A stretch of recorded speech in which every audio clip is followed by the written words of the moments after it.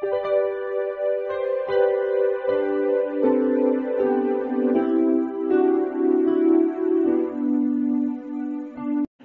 Students, প্রথমেই UK educational টিপসের পক্ষ থেকে তোমাদের সকলকে স্বাগত জানাই। বিদ্যাসাগর বিশ্ববিদ্যালয়ের থার্ড সেমিস্টারের বাংলা সাজেশন হিসাবে আজকে যে ভিডিওটি দেওয়া হয়েছে লক্ষ্য করো। বাংলা মেজর 4 চৈতন্য জীবনী মঙ্গলকাব্য ও অনুবাদ সাহিত্য পাঠ থেকে বেশ কয়েকটি সংক্ষিপ্ত প্রশ্নোত্তর আজকের ভিডিওতে আলোচনা করা হয়েছে।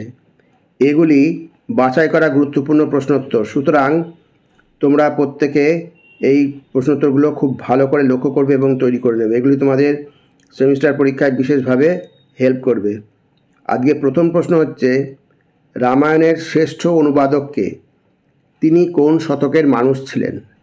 রামায়ণের শ্রেষ্ঠ অনুবাদক কৃত্তিবাস ওঝা, আর তিনি পঞ্চদশ শতকের মানুষ ছিলেন। 2 নম্বর প্রশ্ন, কৃত্তিবাসের জন্ম তারিখ সংক্রান্ত শ্লোকটি কি? ভেরি ইম্পর্টেন্ট প্রশ্ন, খুব ভালো করে এটা তোমরা রেডি করে রাখবে। আদিত্যবার শ্রীপঞ্চমী পূর্ণ মাঘ মাস তথিমধ্যে জন্ম রইলাম কবি কৃত্তিবাস। খুব ভালো করে এটা তৈরি করে রাখবে। এইবার 3 নম্বর প্রশ্ন, কৃত্তিবাসের রামায়ণ কাব্যটির নাম কি? কাব্যটির কয়টি কাণ্ড ও কি কি? তা কৃত্তিবাসের রামায়ণ কাব্যটির নাম, মূল নাম শ্রীরাম পাঁচালী। খুব ভালো করে মনে রাখবে, যে কাব্যটির মূল নাম হচ্ছে শ্রীরাম পাঁচালী। আর কাব্যটির কয়টি খণ্ড? 7টি কাণ্ড রয়েছে, যথা আদিকাণ্ড, অযোধ্যাকাণ্ড, অরণ্যকাণ্ড, কিষ্কিন্ধাকাণ্ড, সুন্দরাকাণ্ড, লঙ্কাকাণ্ড ও উত্তরাকাণ্ড। নেক্সট 4 নম্বর, রামায়ণে রাবণের 2 জন অনুচরের নাম লেখক। খুব সুন্দর প্রশ্ন, ইম্পর্টেন্ট প্রশ্ন। রামায়ণে রাবণের 2 জন অনুচরের নাম মারিচ ও মেঘনাদ। মেঘনাদ যে রাবণের পুত্র হলেও অনুচরের মতো কাজ করে। নেক্সট 5 নম্বর, রামায়ণের আদিকাণ্ডে পরিচ্ছেদ বা অংশ সংখ্যা কয়টি? প্রথম 4টি পরিচ্ছেদ উল্লেখ করো।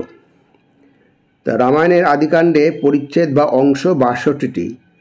প্রথম 4টি পরিচ্ছেদ বা অংশ হল নারায়ণের 4 অংশে প্রকাশ, রাম নামে রত্নাকরের পাপক্ষয়, ব্রহ্মা কর্তৃক রত্নাকরের বাল্মীকির নাম ও রামায়ণ রচনাকরণের বরদান, নারদ কর্তৃক বাল্মীকিকে রামায়ণের আভাস প্রকাশ।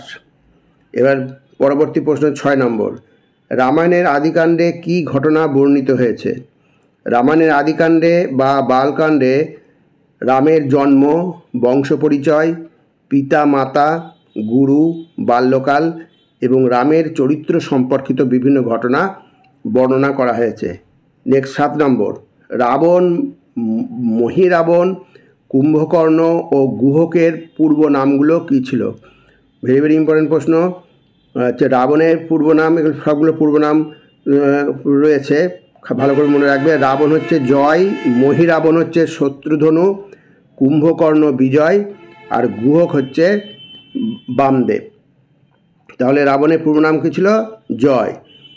এইভাবে মনে রাখবে। এবার হচ্ছে 8 নম্বর, কৃত্তিবাস তার কাব্যে কোন কোন অংশগুলি বাদ দিয়েছেন? আর একটা সুন্দর প্রশ্ন, ইম্পর্টেন্ট প্রশ্ন। কৃত্তিবাস তার কাব্যে বাদ দিয়েছেন কার্তিকের জন্ম, বিশ্বামিত্র কথা এবং বশিষ্ঠ বিশ্বামিত্র বিরোধ। এবার 9 নম্বর, রামচন্দ্র কত বছর বয়সে প্রথম বিবাহ করেন? তিনি তার পিতৃশ্রাদ্ধ কোন নদীর তীরে দিয়েছিলেন? রামচন্দ্র 10 বছর বয়সে প্রথম বিবাহ করেন। আর দ্বিতীয় অংশ হচ্ছে, তিনি ফাল্গুনী নদীর তীরে পিতৃশ্রাদ্ধ দিয়েছিলেন।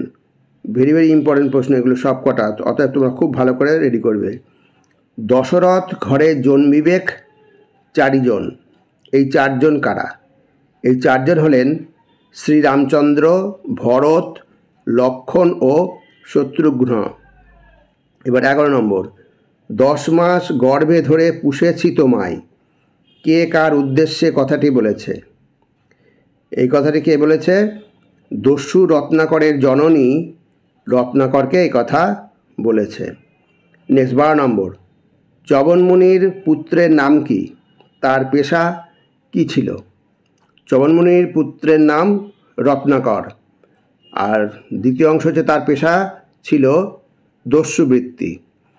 নেক্সট 13 নম্বর, দস্যু রত্নাকরকে বাল্মীকি নাম কে দিয়েছিলেন? দস্যু রত্নাকরকে বাল্মীকি নাম দিয়েছিলেন ব্রহ্মা। এবার পরবর্তী 14 নম্বর প্রশ্ন, বাল্মীকি নামকরণ কেন হলো? বল্লিকে আচ্ছাদিত ঋষি, তাই বাল্মীকি। খুব ভালো করে মনে রাখবে, এই বল্লিক দিয়েই পুরো ঢেকে ফেলেছিল ঋষিকে, তাই তার নাম হয়েছে বাল্মীকি। এইবার 15 নম্বর, বাল্মীকির পিতা ও মাতার নাম কি? বাল্মীকির পিতা চবন বা প্রচেতা এবং মাতা সুকন্যা। এবার বাল্মীকির পূর্ব নাম কি? তিনি কোন নদীর তীরে সাধনামগ্ন হয়েছিলেন? বাল্মীকির পূর্ব নাম রত্নাকর। তিনি কোন নদীর তীরে? তিনি তমসা নদীর তীরে সাধনামগ্ন হয়েছিলেন। এবার 17 নম্বর দেখো, মারিচ ও জটায়ুর পিতার নাম কি ছিল? মারিচের পিতার নাম ছিল সুন্দর এবং জটায়ুর পিতার নাম ছিল গরুর। প্রত্যেকটা প্রশ্ন ভেরি ভেরি ইম্পর্টেন্ট, প্রত্যেকটা প্রশ্ন খুব ভালো করে দেখে যাবে। এইবার 18 নম্বর, কালকেতু ও ফুল্লরার পূর্ব নাম কি ছিল? ভেরি ভেরি ইম্পর্টেন্ট প্রশ্ন, খুব ভালো করে মনে রাখবে। কালকেতুর পূর্বজন্মের নাম নীলাম্বর এবং ফুল্লরার পূর্বজন্মের নাম ছায়া। এবার 19 নম্বর, কালকেতু ও ফুল্লরার বিবাহের তিথিটি কী ছিল? কালকেতুর পুত্রের নাম কি? ভেরি ভেরি ইম্পর্টেন্ট প্রশ্ন। প্রথম অংশ দেখো, ত্রয়োদশী তিথিতে রেবতী নক্ষত্রে কালকেতু ও ফুল্লরার বিবাহ হয়েছিল। আর দ্বিতীয় অংশ হচ্ছে কালকেতুর পুত্রের নাম পুষ্পকেতু। নেক্সট এবার 20 নম্বর, কবি মুকুন্দ কোন শতাব্দীর কবি? মুকুন্দের জন্মস্থান কোথায়? কবি মুকুন্দ ষোড়শ শতাব্দীর কবি। আর জন্মস্থান হচ্ছে, মুকুন্দের জন্মস্থান বর্ধমান জেলার রত্না নদীর তীরে দামুন্না গ্রামে। নেক্সট 21 নম্বর, চণ্ডীমঙ্গল কাব্য থেকে দুটি তৎসম শব্দ উল্লেখ করো। তাহলে লক্ষ্য করো, দুটি তৎসম শব্দ হলো সৌদামিনী ও মঙ্গলধ্বনি।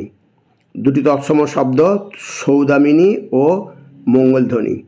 নেক্সট 22 নম্বর, হচ্ছে চণ্ডীমঙ্গল কাব্যের দুটি ফার্সি শব্দের উল্লেখ করো। তা দুটি ফার্সি শব্দ কি হচ্ছে? মোকাম ও নিকা। নেক্সট 23 নম্বর, ফুল্লরার 12 মাসা কোন খণ্ড থেকে নেওয়া হয়েছে? ফুল্লরার 12 মাসার মূল চরিত্র কে? তাহলে প্রথম অংশ দেখো, ফুল্লরার 12 মাসা আখেটিক খণ্ড থেকে নেওয়া হয়েছে। আর দ্বিতীয় অংশ হচ্ছে ফুল্লরার 12 মাসার মূল চরিত্র ফুল্লরা। এবার 24 নম্বর, 12 মাসা বলতে কি বোঝায়? খুব সুন্দর প্রশ্ন। 12 মাসা একটি নারীর 12 মাসের জীবনযাত্রার বর্ণনা, যেখানে সে তার দুঃখ কষ্ট, বিরহ বেদনা এবং প্রকৃতির সাথে তার সম্পর্ক প্রকাশ করে। এবার 25 নম্বর, 12 মাসা বর্ণনার মূল বৈশিষ্ট্য কী? 12 মাসা বর্ণনার মূল বৈশিষ্ট্য হলো, এটি নারীর মানসিক অবস্থার প্রতিফলন এবং সমসাময়িক সমাজচিত্রের একটি রূপ। নেক্সট 26 নম্বর, হচ্ছে ফুল্লরার 12 মাসাতে প্রকৃতি কেমনভাবে স্থান পেয়েছে? ভেরি ভেরি ইম্পর্টেন্ট প্রশ্ন, যে কটা বলা হলো। আর এটাই তোমার শেষ প্রশ্ন। ফুল্লরার 12 মাসাতে প্রকৃতি নিছকই ঋতুচক্র নয়, বরং ফুল্লরার মনের অবস্থার এক জীবন্ত প্রতিচ্ছবি। প্রতিটি ঋতু ফুল্লরার দুঃখ কষ্ট, বিরহ বেদনা, হতাশা এবং দারিদ্র্যের এক ভিন্ন দিক তুলে ধরে, যা কাব্যের মূল সুরকে আরও শক্তিশালী করে তোলে। তাহলে স্টুডেন্টস, যে কটা প্রশ্ন উত্তর করে দেওয়া হলো প্রত্যেকটা কিন্তু ভেরি ভেরি ইম্পর্টেন্ট প্রশ্ন। অতএব তোমরা প্রত্যেকটা প্রশ্ন ভালো করে দেখে যাবে। আর স্টুডেন্টস, এ প্রসঙ্গে বলি, তোমরা যারা এখনও এই চ্যানেলটিকে সাবস্ক্রাইব করোনি তারা সাবস্ক্রাইব করো, এর সাথে একটা লাইক দিও এবং তোমার ফ্রেন্ডসদের মধ্যে ভিডিওটি শেয়ার করো। তাহলে স্টুডেন্টস, আজকে এখানেই শেষ করি। তোমরা সকলে ভালো থেকো, সুস্থ থেকো, সুস্থভাবে পরীক্ষা দিও। Thank you very much.